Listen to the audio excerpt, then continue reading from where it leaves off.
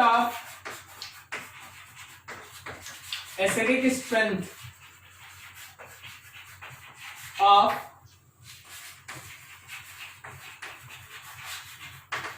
Carboxylic acid. Carboxylic acid के acidic strength के बारे में हम लोगों का पहला डिस्कशन है, कार्बोक्सिलिक एसिड के एसिडिक स्ट्रेंथ के बारे में, ठीक है ना। अभी जरा गौर करना, मान लो हम लोगों के पास कार्बोक्सिलिक एसिड, तो that is R bond C double bond O के साथ H। होता क्या है इसमें, होता ये है कि जब हम लोग इसमें से एक H प्लस निकाल लेते हैं तो हमारे पास कार्बोक्सिलेट आयन बन जाता है। दिस इज कार्बोक्सिलेट आयन, ये कार्बोक्सिलेट आयन है आपका। इस कार्बोक्सिलेट आयन में लास्ट टाइम लोग देखे थे कि there is resonance. Due to resonance,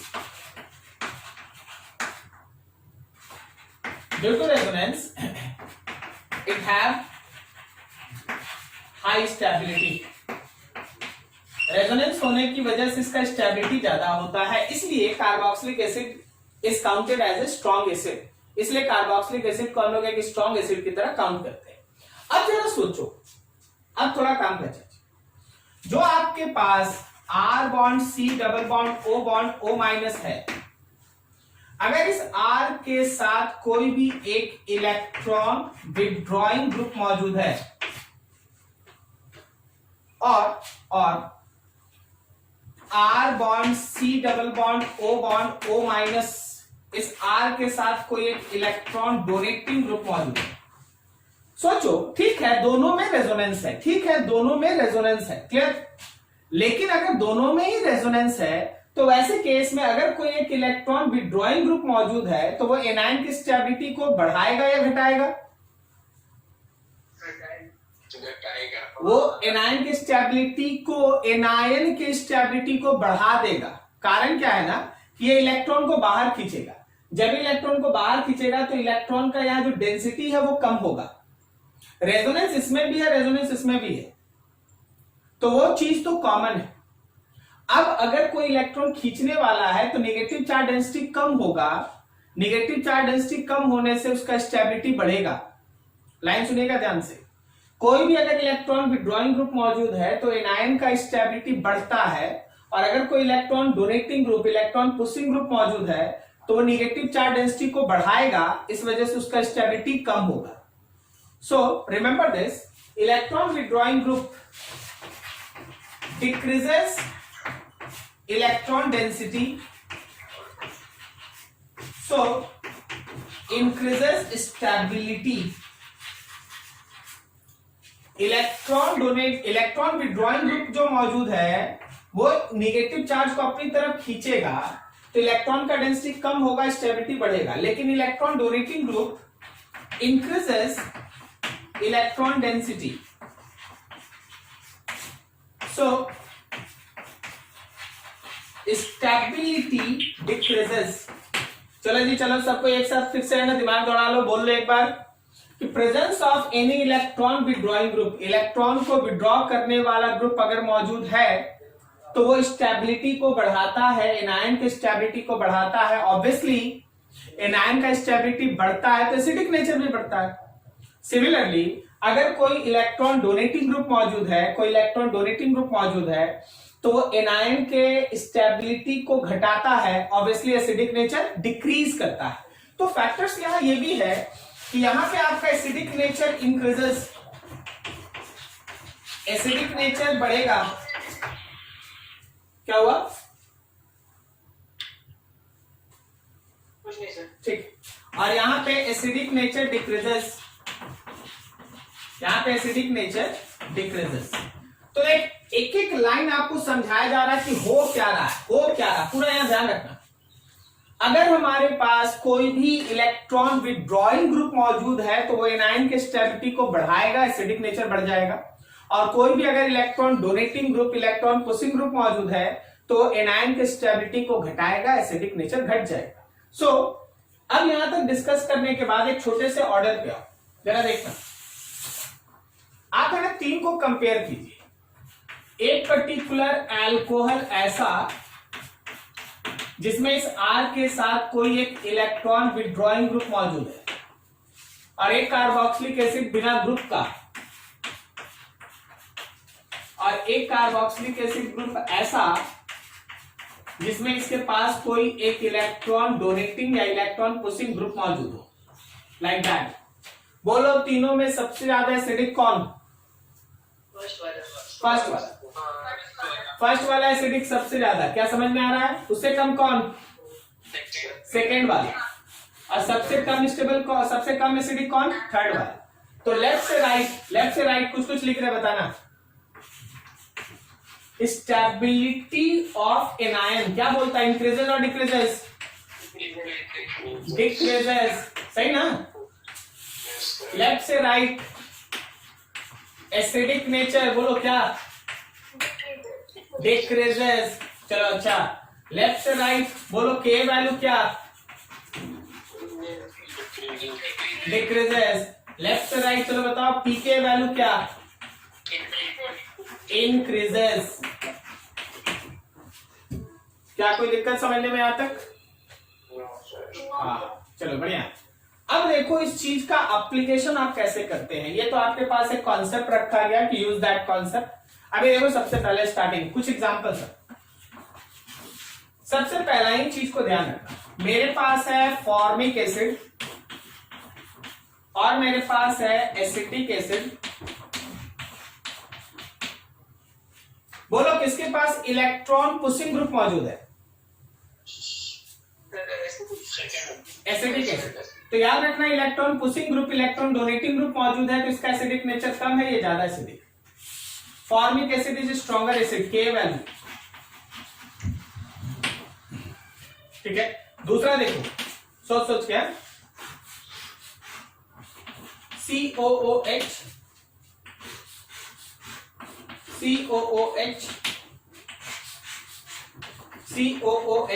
तीन।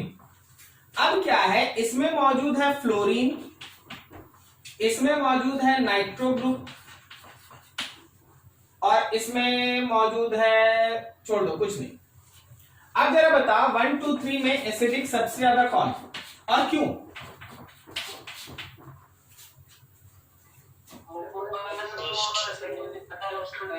सबसे ज्यादा एसिडिक कौन? फर्स्ट वाला क्यों एसिडिक सबसे ज्यादा? कौन सा इफेक्ट? अच्छा, तो माइनस आई में नाइट्रो तो स्ट्रांग होता है ना कंपेरिजन टू फ्लोरीन।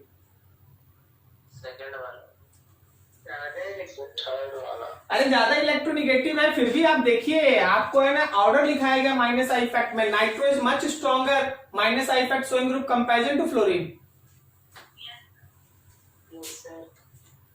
थोड़ा ध्यान रखा जाए, इतना इजी नहीं।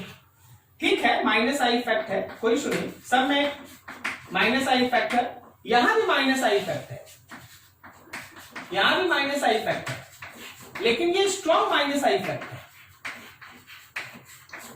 तो माइनस आई मतलब ये भी इलेक्ट्रॉन को विड्रॉ करने वाला ग्रुप मौजूद है, ये भी इलेक्ट्रॉन को विड्रॉ कर, लेकिन इसमें कुछ है ही नहीं, करेक्ट। तो देख, जो भी इलेक्ट्रॉन विड्रॉ करने वाला ग्रुप है उसका एसिडिक नेचर तो ज्यादा होगा कंपेरिजन टू दिस वन। मतलब 1 और 2 बड़ा होगा, 1 और 2 3 से बड़ा होगा, 1 और 2 3 से बड़ा होगा, कोई दिक्कत नहीं ना। अब 1 और 2 में बड़ा कौन होगा? 2। तो आपका जो K वैल्यू है उसमें 2 बड़ा है, उससे कम 1 है, और सबसे छोटा कौन है भाई? 3। समझ में आया? ये जस्ट स्टार्ट है, अगर कोई दिक्कत है बात कर लेते हैं, ये जस्ट स्टार्ट, ठीक है। चलिए देखिए, कहीं डाउट है बात कीजिए। अगला एग्जांपल देखो, उसी एग्जांपल में 2 हो गया हम लोगों का, थर्ड एग्जांपल देखिए आप। हम लोगों के पास है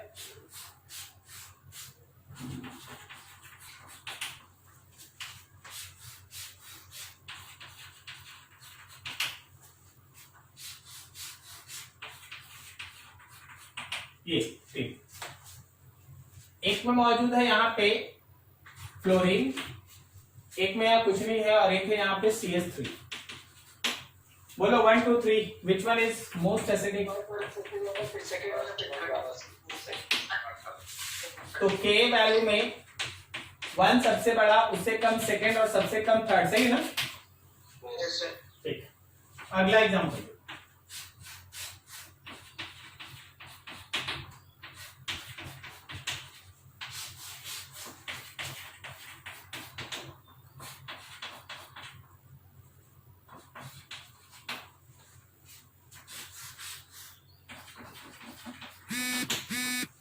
बोलिए 1 2 3, which one is most acidic? The second. Which one is most acidic? First, second. Third, first, second. Which one is most acidic?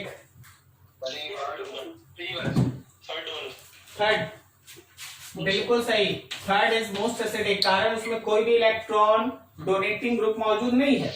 जबकि यहाँ पे अगर आप गौर कीजिएगा तो ये भी एक इलेक्ट्रॉन डोनेटिंग ग्रुप है प्लस आई इफेक्ट, ये भी एक इलेक्ट्रॉन डोनेटिंग है प्लस आई इफेक्ट। अब बोलिए कि फर्स्ट और सेकंड में कौन ज्यादा एसिडिक? फर्स्ट, कारण बोलो। नहीं, प्लस आई है, लेकिन ये वीक है, करेक्ट ना? CH3 है, CD3 है। CD3 is much more strong electron pushing group comparison to CH3। आप अभी तक जो पढ़ाई किए है ना, पिछला 1 महीना जो आप पढ़ाई किए वो इसी सब दिन के लिए किए थे, ठीक है ना? तो सब कुछ चीज को अब हमको यूज करना है। अभी अगला देखो, समझ में आया सबको? और ये जो है वो स्ट्रॉन्ग है कंपेरिजन टू दैट। तो जितना ज्यादा स्ट्रांगली पुश करेगा उतना कम एसिडिक नेचर होगा, जितना स्ट्रांगली खींचेगा उतना ज्यादा एसिडिक होगा। देख, पुश करने में जितना स्ट्रांग होगा उतना कम एसिडिक होगा, लेकिन खींचने में जितना स्ट्रांग होगा, यहां लिखे थे अभी नाइट्रो, खींचने में जितना स्ट्रांग होगा एसिडिक नेचर उतना ही ज्यादा होगा, ठीक है? अगला एग्जांपल।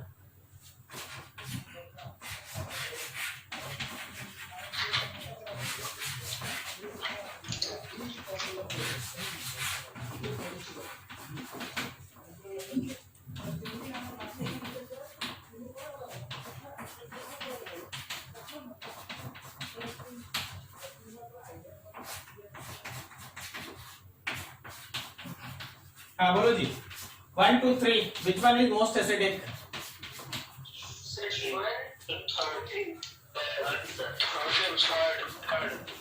करेक्ट, बिल्कुल सही। उससे कम?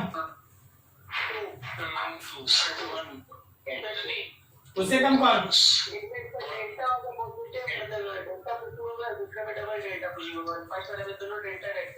उमंग जी, आप आंसर बोलिए ना जी प्लीज। थर्ड, उससे कम कौन? 2, और सबसे कम कौन? फर्स्ट। कारण ये है कि यहाँ दो ग्रुप एकदम निगेटिव चार्ज अपीयर हो उसका बगल में है, इसमें भी 2 ग्रुप है लेकिन एक दूर है, और इसमें तो एक ही ग्रुप है। तो ऑब्वियसली जिसमें एक CH3 ग्रुप मौजूद है क्लोज टू दैट नेगेटिव, वो ज्यादा एसिडिक है कंपैरिजन टू 2 वाला। अब 2 में भी जो नजदीक है उसका इफेक्ट ज्यादा डोमिनेट है ना? Inductive effect is distance dependent. आपको याद होगा इंडक्टिव इफेक्ट है ना, 3 या 4 कार्बन के बाद डिसअपियर हो जाता है, ठीक है ना? तो इंडक्टिव इफेक्ट पे डिस्टेंस का ध्यान रखना है, ठीक है? ये प्लस आई इफेक्ट है, एकदम आराम से समझते चलिएगा। जितना भी ज्यादा plus I effect showing group मौजूद होगा एसिडिक नेचर उतना ही कम होगा, ठीक है? डिस्टेंस डिपेंडेंस, हम इसको भी आपको और ज्यादा क्लियर करते, देखिए 6,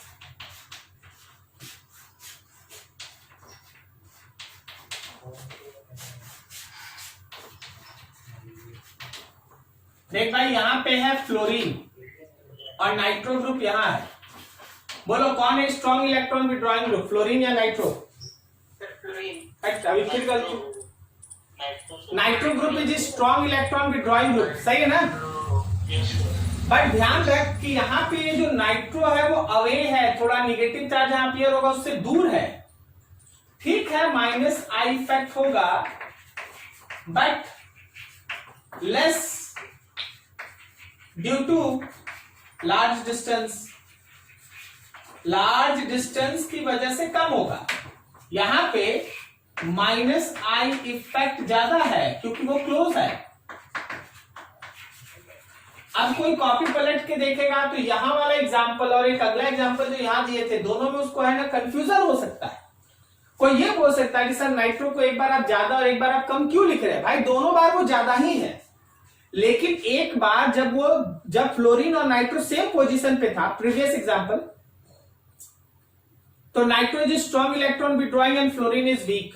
बट फ्लोरीन जब इस एग्जांपल में माइनस के क्लोज हो गया तो फ्लोरीन का इंडक्टिव इफेक्ट ज्यादा डोमिनेंट होगा कंपैरिजन टू नाइट्रो। क्या ये समझ में आया? Yes, sir. Distance dependence, distance अगर बढ़ गया इंडक्टिव इफेक्ट में तो ध्यान रखो बहुत तेजी से घटता, बहुत तेजी से घट जाता है। ठीक है, तो वैसे केस में 1 और 2 है हम लोग के पास। सो के value of 1 is greater than 2। चलिए हम इसको और एग्जांपल में क्लियर करते, समझिएगा।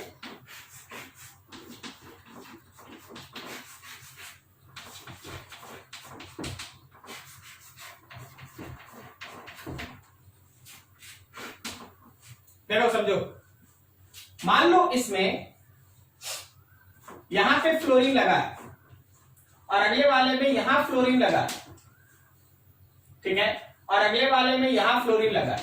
तीनों में फ्लोरीन 1 है, 2 है और 3 है, तीनों में फ्लोरीन लगा है। बता सबसे स्ट्रॉन्ग एसिड कौन? फर्स्ट वाला। उससे कम कौन? Second. और सबसे कम?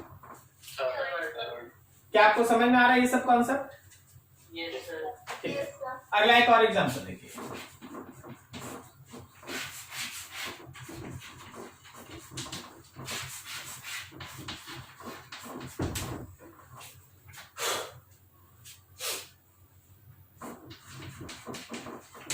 ये CH3 और इस केस में मान लो यहां पे है CH3। थोड़ा एक मिनट CD3 कर दी, 1 और 2। बोलो which one is strong acid? First one. Even this is strong electron pushing but it is away from negative side. So हम बोलेंगे कि less plus I। क्या समझ में आया? क्यों भाई? डिस्टेंस की वजह से, ग्रुप की वजह से नहीं, डिस्टेंस की वजह से। जबकि इस केस में मोर plus I, more plus I, कारण close to side, close to negative. So acidic nature of 1 is greater than 2। क्या सारा एग्जांपल समझ में आ रहा है? Yes, sir. कोई यहाँ पे किसी को भी अगर डाउट है तो बिल्कुल बात कर लीजिएगा, क्योंकि ऐसे ही एग्जांपल चलते जाएगा, इफेक्ट लिखाया जाएगा, कॉन्सेप्ट दिया जाएगा, फिर एग्जांपल, कॉन्सेप्ट दिया जाएगा, फिर एग्जांपल। ठीक है ना यहाँ? Yes, sir. चलो ठीक है, नोट करो। नेक्स्ट वन ध्यान से।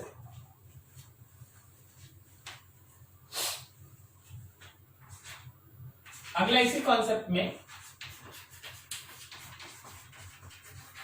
On the basis of electronegativity value and hybridization, electronegativity और हाइब्रिडाइजेशन का ध्यान रखना है। अच्छा, हम इसमें है ना पहले एक पढ़ाया हुआ चीज है, उसको थोड़ा सा एक बार कवर कर देते हैं। आप याद कीजिएगा इलेक्ट्रोनेगेटिविटी में, मान लीजिए जैसे हम आपके पास एक स्पीसीज रखते हैं, सपोज हम आपके पास एक स्पीसीज रखते हैं ऐसा,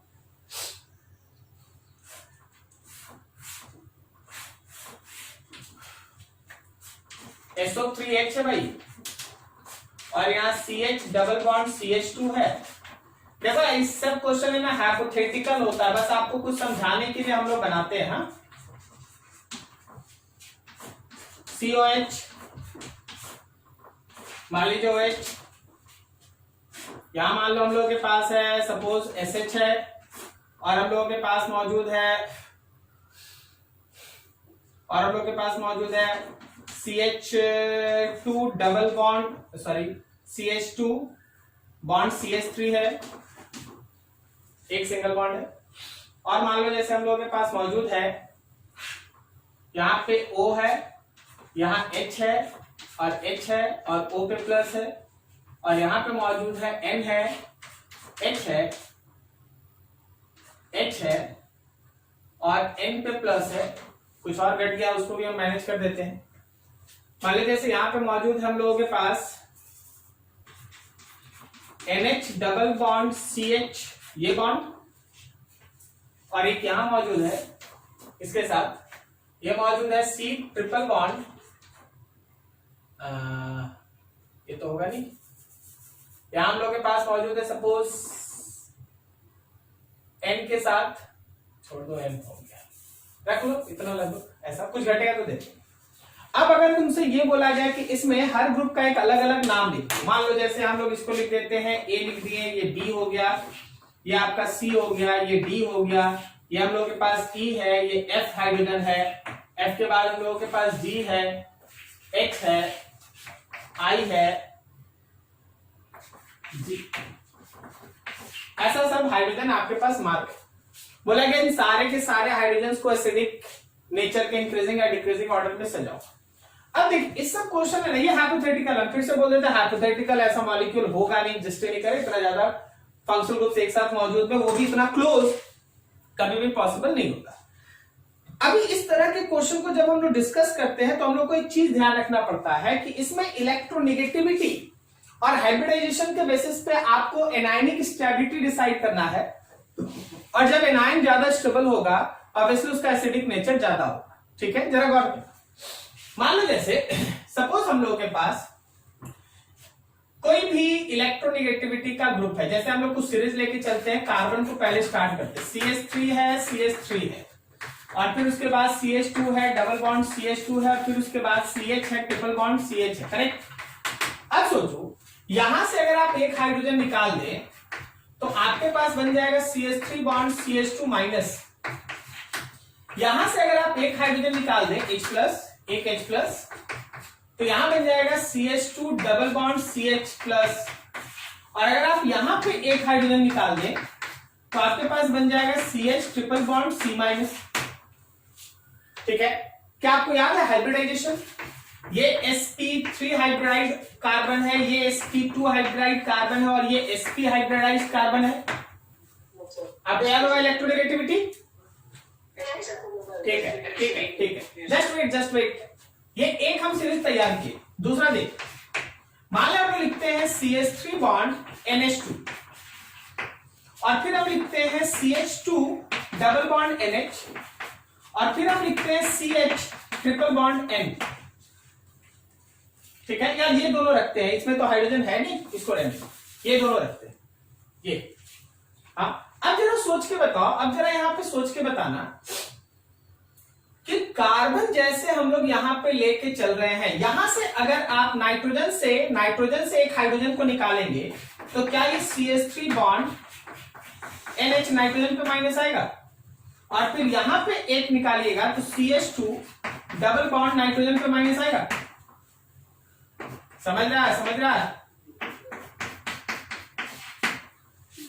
हाइड्रोजन निकाल दी, क्लियर है? अब एक चीज और, यहां पे जो नाइट्रोजन पे माइनस है, क्या वो sp3 हाइब्रिडाइज नाइट्रोजन है? Yes, sir. और यहां पे जो मौजूद है, क्या वो sp2 हाइब्रिडाइज है? Yes, sir. अगला देख, अगला ये हाइड्रोजन ऑक्सीजन पे प्लस, ये नाइट्रोजन पे हाइड्रोजन, नाइट्रोजन पे प्लस। ठीक है, एक और दो H, ऐसा। इसमें भी अगर आप H निकाल लेंगे तो O पे आ जाएगा, ऐसा आएगा। एक्चुअली हम तुमको ये सिखाना चाहते हैं कि इस तरह के मिक्स्ड क्वेश्चन में इलेक्ट्रोनेगेटिविटी का जो ऑर्डर है, जो आपको है पहले प्रीवियस क्लासेस में करा दिया गया, तो वो आपको याद रखना पड़ता है। हमेशा ध्यान रखना कि इलेक्ट्रोनेगेटिविटी ऑर्डर, देखो जी इधर समझना होगा, उधर बनाना होगा खुद से, ध्यान रखना। ठीक है, इलेक्ट्रोनेगेटिविटी ऑर्डर में O प्लस का इलेक्ट्रोनेगेटिविटी ज्यादा होता है कंपैरिजन टू N प्लस, इससे कम होता है O, उससे कम होता है N। कब? तो N which is sp hybridized, या N तक रखो, N इतना हो गया। अब जरा गौर करना इसमें और आगे बढ़ना। नाइट्रोजन जो हम लोगों का sp हाइब्रिडाइज्ड होता है, उससे कम होता है nitrogen which is sp2 hybridised. कोई बताए ना इससे कम इलेक्ट्रोनेगेटिविटी किसका होता है? इससे कम किसका होता है? पढ़ा पहले, carbon which is sp hybridize, सही है। और उससे कम होता है ना nitrogen which is sp3 hybridise. याद आ रहा है, याद आ रहा है? इससे कम कौन होता है? Carbon which is sp2। और सबसे कम कौन होता है? Carbon which is sp3। क्या आपको याद है ये ऑर्डर? बस इसी तरह के ऑर्डर पे आपको ऐसे क्वेश्चंस का आंसर देना पड़ता है, ठीक है। अब देखिए, जब इस सीरीज में काम करना होगा तो हम दो को तो ऐसे ही निकाल देते हैं। सबसे ज्यादा एसिडिक कौन? तो सबसे ज्यादा एसिडिक H, इसमें तो कोई शक होना नहीं चाहिए, क्या सही बोल रहे हैं? और उससे कम कौन? B, इसमें तो कोई लड़ाई झगड़ा है नहीं, सही है, ठीक है। अब जरा सोच के बताओ, अब तुम्हारे पास इससे कम एसिडिक में कौन कौन आएगा? सर OH फिनॉल वाला एक है। फिनॉल नहीं, F वाला आएगा, F वाला, O प्लस वाला, सही।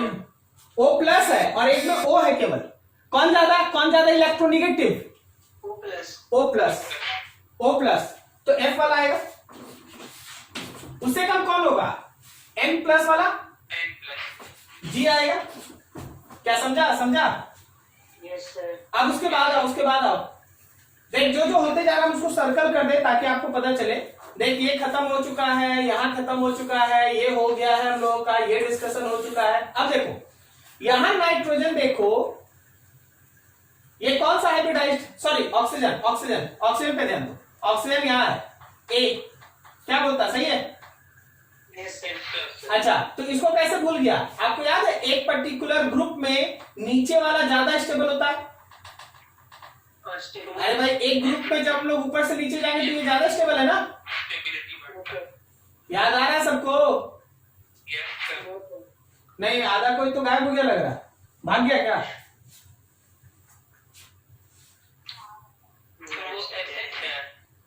एक तो SH है, ये सल्फर के साथ H है। तो हमने लास्ट में पढ़े थे ना कि ग्रुप में ऊपर से नीचे जाते हैं तो ऑक्सीजन और सल्फर में ये सल्फर वाला ज्यादा एसिडिक होता है, ठीक है। तो हम लोग A से ज्यादा एसिडिक D को लेंगे ना, तो D लिख दिए। क्या D के बाद A लिख दें? चल ठीक। अब आओ नाइट्रोजन पे, ऑक्सीजन सल्फर खत्म, अब नाइट्रोजन पे आओ। नाइट्रोजन यहां देखो, इट इज sp2 हाइब्रिडाइज्ड, और नाइट्रोजन यहां देखो ये sp3 हाइब्रिडाइज्ड, और नहीं नाइट्रोजन नहीं है, करेक्ट ना? तो nitrogen sp2 hybridized is more electronegative, see that. क्या बोले, सही? ठीक है, तो ये E हो गया, E से कम जाओ, अब E वाला भी खत्म हो गया, इसका काम।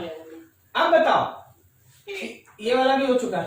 अब बता, K है जहां नाइट्रोजन sp3 हाइब्रिडाइज्ड है, और J है जहां कार्बन sp हाइब्रिडाइज्ड है। कौन इलेक्ट्रोनेगेटिव?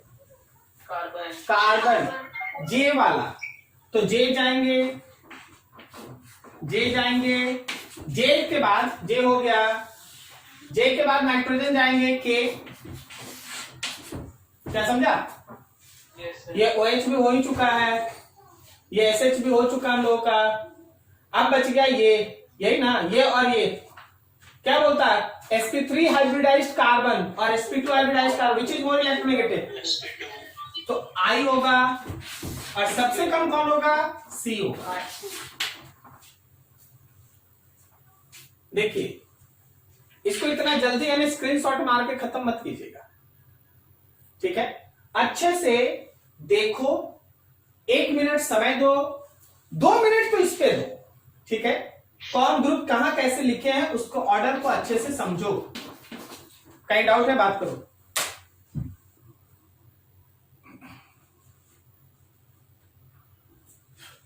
चलिए एक छोटा सा क्वेश्चन आप बनाइए।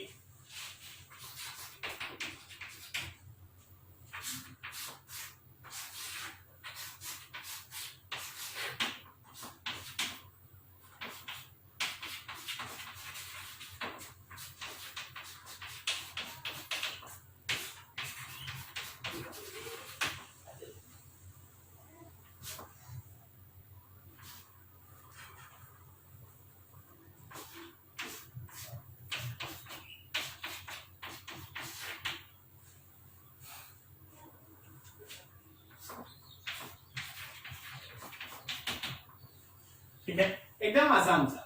अपने से ना सोच समझ के अपना ऑर्डर लिख देना है, CH डबल बॉन्ड NH। एकदम वही क्वेश्चन रिपीट हो रहा है, मान लीजिए A है, B है, C है, D है, E है, F है, बस F है, इतना ही तक। एसिडिक नेचर में अरेंज करो फटाफट, एकदम कॉपी पेस्ट है क्वेश्चन, बस हम उसमें ग्रुप्स कम कर दिए हैं ताकि आप है ना ध्यान लगाए कहीं एक दो जगह।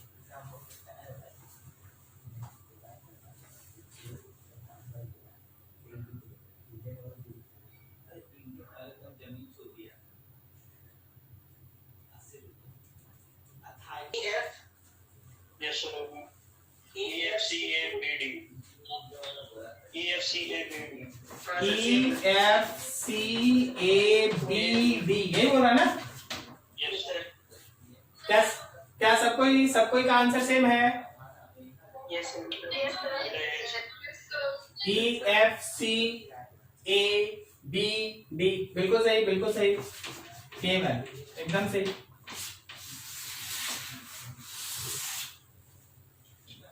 ठीक है, चलिए बढ़िया, याद रखिएगा कॉन्सेप्ट को, याद रहेगा। अब हम लोग थोड़ा इससे आगे निकलते हैं। नेक्स्ट हम लोग देखेंगे कि ठीक है, हम लोगों के पास कार्बोक्सिलिक एसिड है, तो कार्बोक्सिलिक एसिड भी तो दो तरह का होता है, और दो तरह का कार्बोक्सिलिक एसिड, हाँ, एक होता है एलिफेटिक और एक होता है एरोमेटिक, जिसे बेंजीन रिंग रहता है भाई। ठीक है, तो अगर हमारे पास बेंजीन रिंग वाला ग्रुप है तो उसमें हम लोग कैसे काम करते हैं, जरा गौर।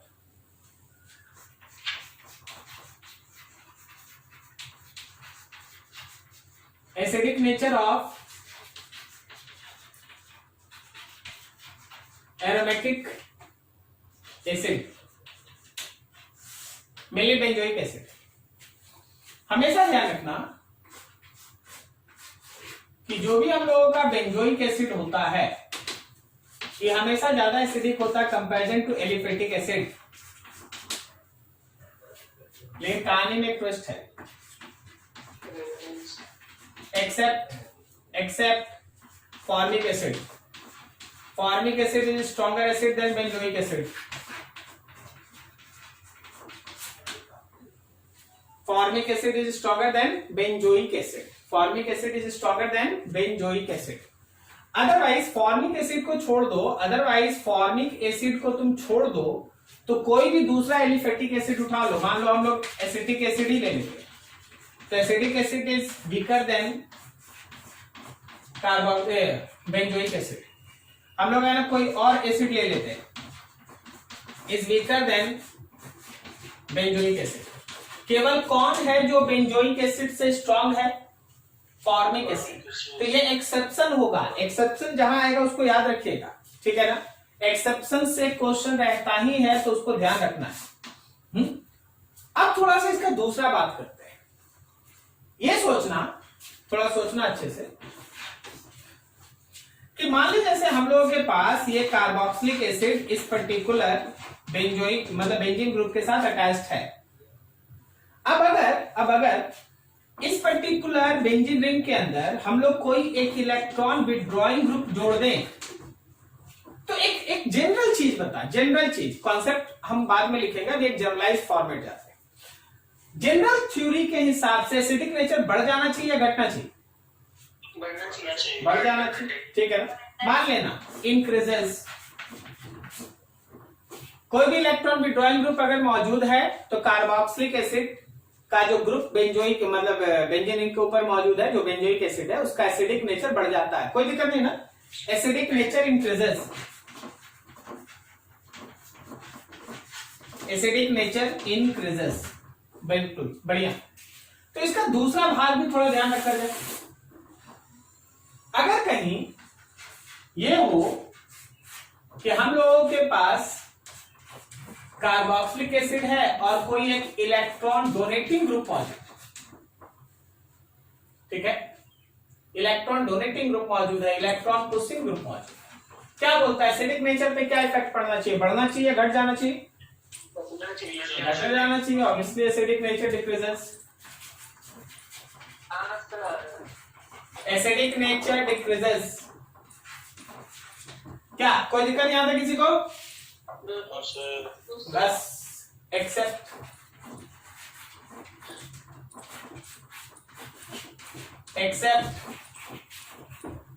यहां ortho group electron donating group.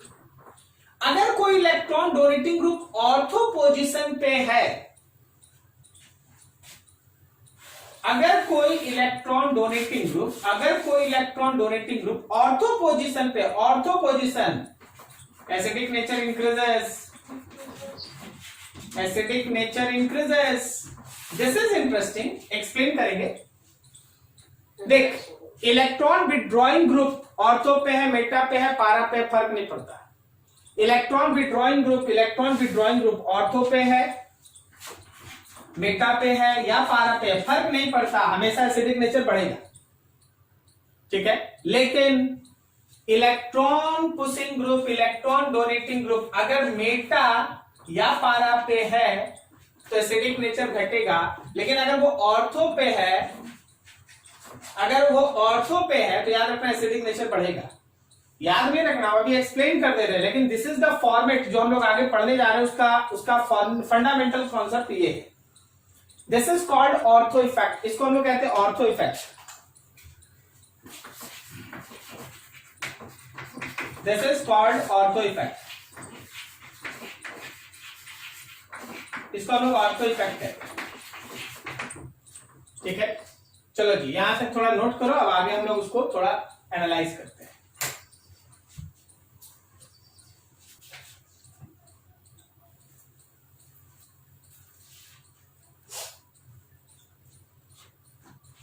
चलो जी, देखो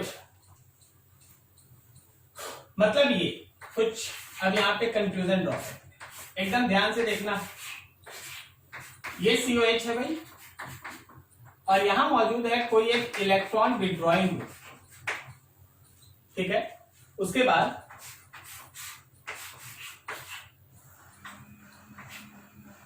ये COH है, यहां मौजूद है कोई एक electron withdrawing group,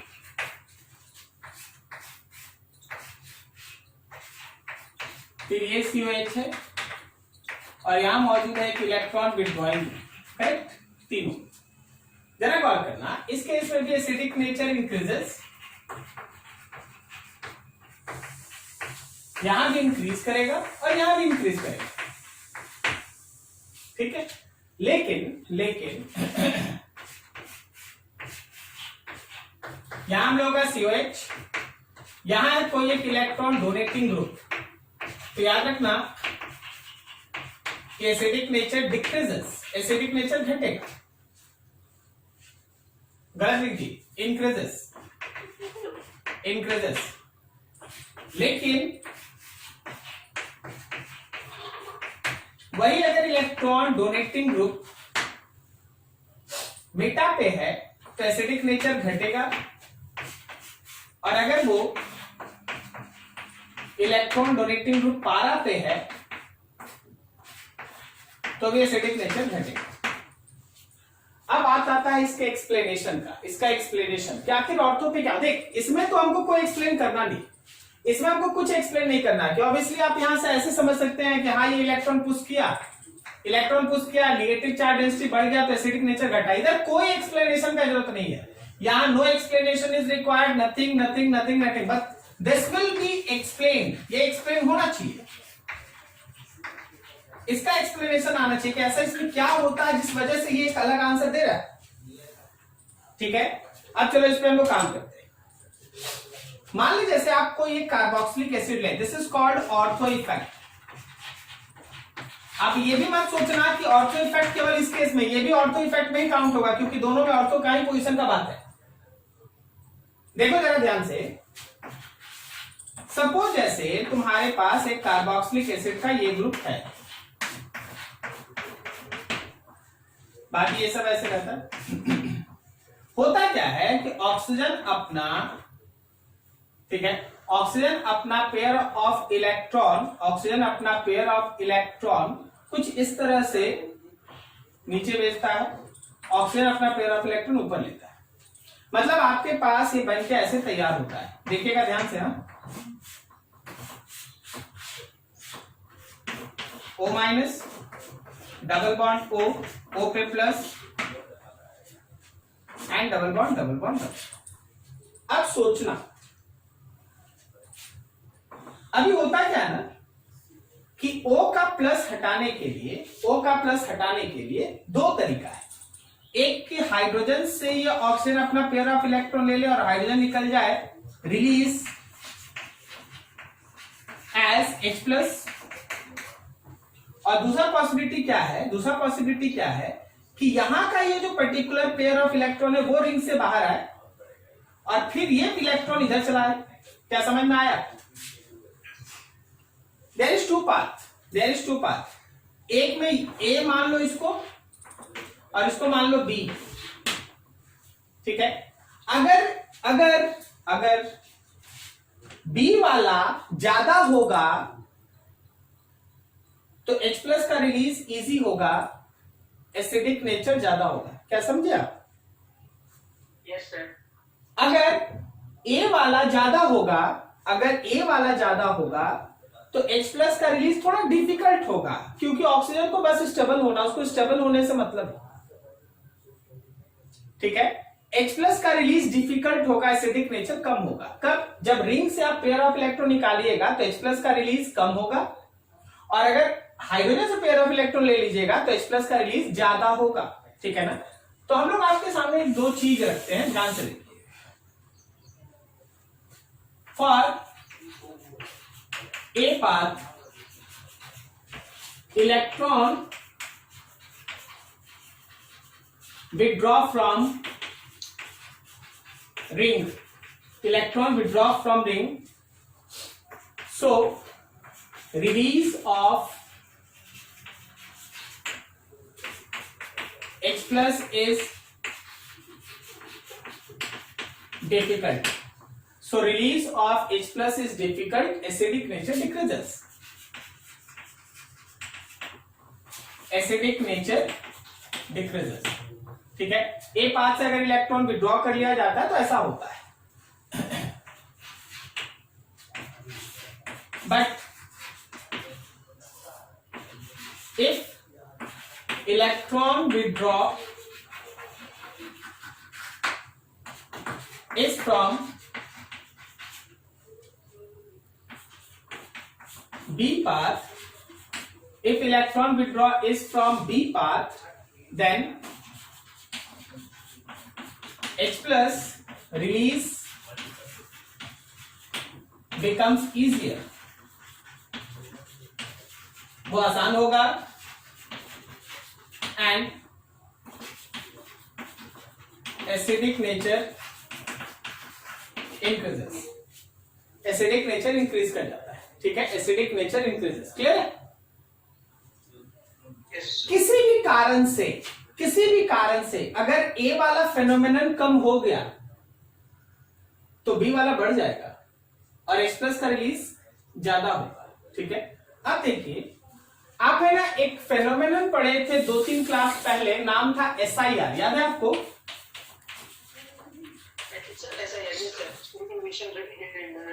steric inhibition इन रेजोनेंस, याद है आपको? इसमें क्या था कि अगर इसमें यह था हम लोग का कि मान लो जैसे हम लोगों के पास ये एक कार्बोक्सिलिक एसिड ग्रुप है और आप इस कार्बोक्सिलिक एसिड ग्रुप में यहां पे ग्रुप्स लगा दिए ऑर्थो पोजीशन पे, तो इन पर्टिकुलर ग्रुप्स के मौजूद होने में this particular bond becomes out of plane, याद है आपको? Yes, sir. Out of plane, decrease in resonance, याद है आपको? Yes, sir. अब देखिए, इसी को आप ऑर्थो इफेक्ट कहते हैं। जरा समझना, जरा समझना। अगर आपके पास कार्बोक्सिलिक एसिड के केस में ऑर्थो पोजीशन पे ग्रुप्स है, तो ये कार्बोक्सिलिक एसिड वाला जो ग्रुप है वो हमारे प्लेन के बाहर आ जाता है, सही है? ये कार्बोक्सिलिक एसिड वाला जो ग्रुप है वो प्लेन के बाहर आ जाता है। अब पेयर ऑफ इलेक्ट्रॉन यहां से ले जाओ, ऐसे ले जाओ। इसके आउट ऑफ प्लेन होने की वजह से, फिर से एक फेनोमेनन,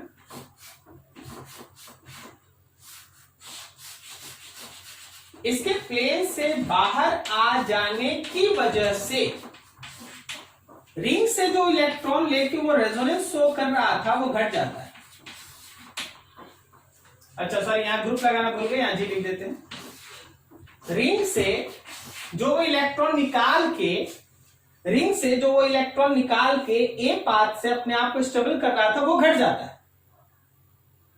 तो कौन बढ़ जाता है? H प्लस का रिलीज, ये डिक्रीज करता है। तो हाइड्रोजन से इलेक्ट्रॉन लेने वाला जो टेंडेंसी है वो इंक्रीज करता है, तो H plus releasing tendency increases, H plus के रिलीज करने का टेंडेंसी बढ़ जाता है। क्या आप समझे? Yes, sir. Very very important, क्योंकि इसका आंसर सिंपल नहीं है। 1 2 3 4 5 सब कोई आंसर दे लेगा, लेकिन छठे का आंसर कौन दे पाता है? This is very very important. Clear हो रहा है? चाहे ऑर्थो पोजीशन पे कोई एक इलेक्ट्रॉन विड्रॉइंग ग्रुप हो या कोई भी इलेक्ट्रॉन पुशिंग ग्रुप हो, फर्क नहीं पड़ता। एसिडिक नेचर क्या होता है? इंक्रीज करता है। एसिडिक नेचर इंक्रीज करता है। फिर से सुनो, साथ में रिपीट करना अपने अंदर मन में, ठीक है? In case of benzoic acid, at ortho position, whether any electron withdrawing group or any electron donating group is present, acidic nature always increases. Acidic nature हमेशा क्या होगा? बढ़ेगा। एसिडिक नेचर हमेशा बढ़ेगा। तो ऑर्थो पोजीशन पे चाहे इलेक्ट्रॉन डोनेटिंग ग्रुप मौजूद हो या कोई इलेक्ट्रॉन विड्रॉइंग ग्रुप मौजूद हो, एसिडिक नेचर हमेशा बढ़ेगा, इंक्रीजेस। बाकी सब पे जो बात चल रहा है वो एकदम सिंपल है, जो आप जानते हैं। इलेक्ट्रॉन विड्रॉइंग ग्रुप है तो एसिडिक नेचर बढ़ेगा, इलेक्ट्रॉन डोनेटिंग ग्रुप है तो एसिडिक नेचर घटेगा। लेकिन ऑर्थो पोजीशन पे चाहे इलेक्ट्रॉन डोनेटिंग ग्रुप हो या इलेक्ट्रॉन विड्रॉइंग ग्रुप हो, एसिडिक नेचर हमेशा बढ़ेगा। एसिडिक नेचर हमेशा बढ़ेगा। क्या किसी को दिक्कत समझने में? हाँ, तो इसके साथ ये भी याद रखना कि ये वाला दो ग्रुप एसिडिक में ऑर्थो इफेक्ट शो नहीं करता, याद है? Yes, sir. Yes, sir. Does not show ortho effect, मतलब SIR शो नहीं करता ना, SIR शो नहीं करता तो ऑर्थो इफेक्ट भी शो नहीं करेगा। आराम से समझो, उसके बाद अब एग्जांपल स्टार्ट होगा जिसमें इसका यूज है। ध्यान से नोट करो, बढ़िया से, अच्छे से।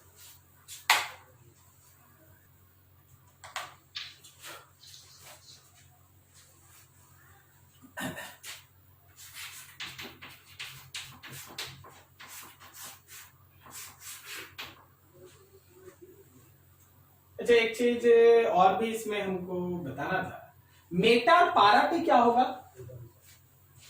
मेटा पे हमेशा ध्यान रखना ना कि निगेटिव चार्ज नहीं आता, ठीक है?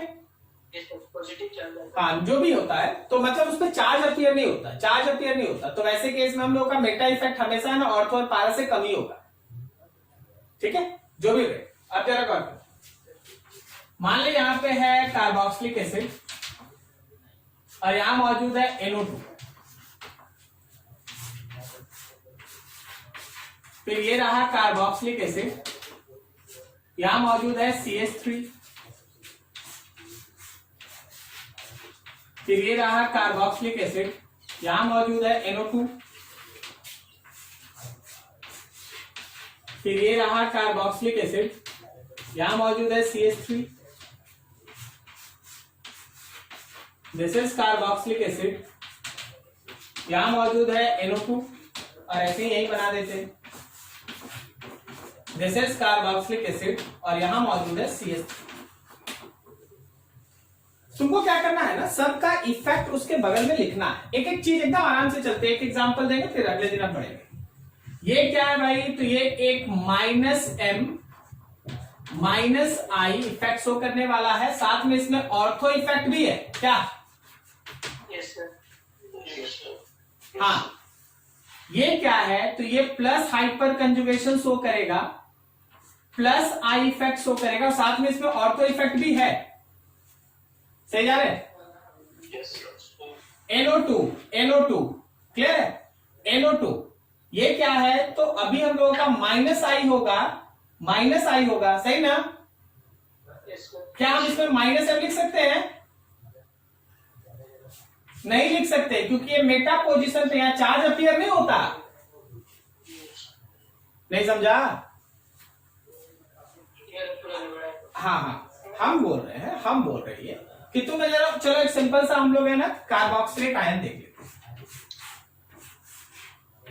Bond C double bond O bond ऐसा OH, ठीक है। अभी मान ले जैसे ये ग्रुप्स है, या इसको भी है ना तुम्हारे सिस्टम के हिसाब से ऊपर कर, C double bond O bond OH। अभी बात, ये पेयर ऑफ इलेक्ट्रॉन यहां से यहां निकला, ये ऊपर गया।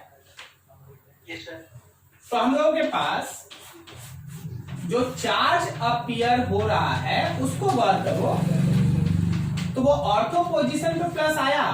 अब इसके बाद ये मेटा पे प्लस नहीं आएगा। अगली बार इसको यहां से यहां ले आइएगा,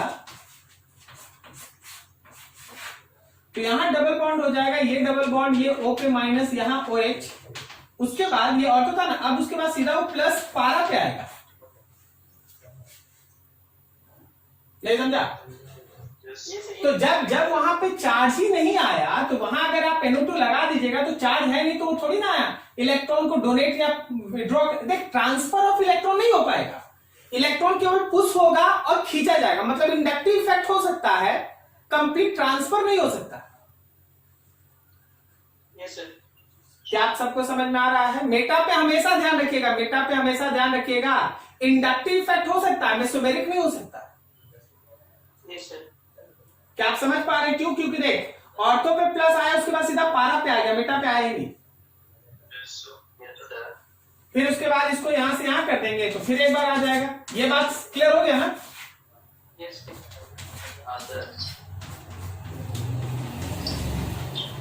हाँ, तो हम लोग क्या देख रहे हैं ना, हम लोग ऐसा देख रहे हैं, हम इसको शॉर्ट लिस्ट कर देते हैं। ऑर्थो और पारा पे मेटा इंडक्टिव हाइपर कंजुगेशन हो सकता है, पॉसिबल,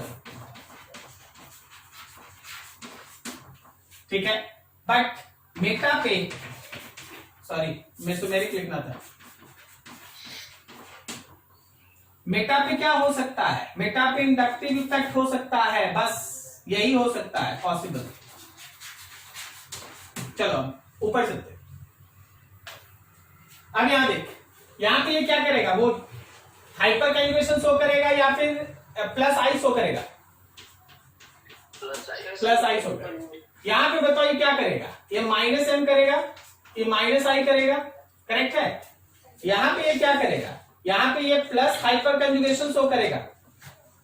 सही जा रहे हैं? Yes, sir. Plus hyper conjugation show करेगा, ठीक है ना? कोई दिक्कत नहीं? सर, तो प्लस आई शो नहीं करेगा। करेगा, कोई दिक्कत नहीं, आई तो हमेशा करेगा, लेकिन इतना ज्यादा दूर है कि उसका मीनिंग ही नहीं है। सर। समझे? Yes, sir. अब बताओ, अगर मान लो जैसे हम लोग इसको 1 कह देते हैं, ये 1 है भाई, ये 2 है, ये 3 है, ये 4 है, ये 5 है और ये 6 रहा। अब सोच के बता, इन सब में सबसे ज्यादा एसिडिक कौन? First one. फर्स्ट वाला, वेरी गुड। उससे कम कौन? उससे कम सर थर्ड वाला। Third one. सेकेंड वाला। कारण ऑर्थो इफेक्ट, ऑर्थो इफेक्ट, समझा? Yes. Yes, sir. Ortho effect always increases acidic nature. Ortho effect है। अब कोई हमसे ये बोल सकता है कि सर यहां भी ऑर्थो इफेक्ट है, यहां भी ऑर्थो, तो भाई देख, ऑर्थो इफेक्ट अगर टाई है तो बाकी सब देख, ये ज्यादा ना। Yes, sir. Yes, sir. क्या तुमको समझ में आया ऑर्थो इफेक्ट का मतलब क्या हो रहा है? Acidic nature increases. अब उसके बाद अपने तरीके से तुम बोलते जाओ। कौन है उसके बाद भाई? थर्ड? थर्ड है या फिर फिफ्थ है? So third is your fifth है, फिफ्थ है। उससे कम कौन है? थर्ड है। third. उससे कम कौन है? उससे कम कौन है? सिक्स्थ है, सिक्स्थ बोल रहे हैं। और सबसे कम कौन है? फोर्थ। क्या आप समझ पा रहे हैं? Yes, sir. अगले दिन अब इसमें आगे बढ़ेंगे, ठीक है? आप इसको अच्छे से नोट कीजिए, घर में समय दीजिएगा, फिर इसमें और आगे बढ़ेंगे। एक से एक क्वेश्चन है, ऑटो इफेक्ट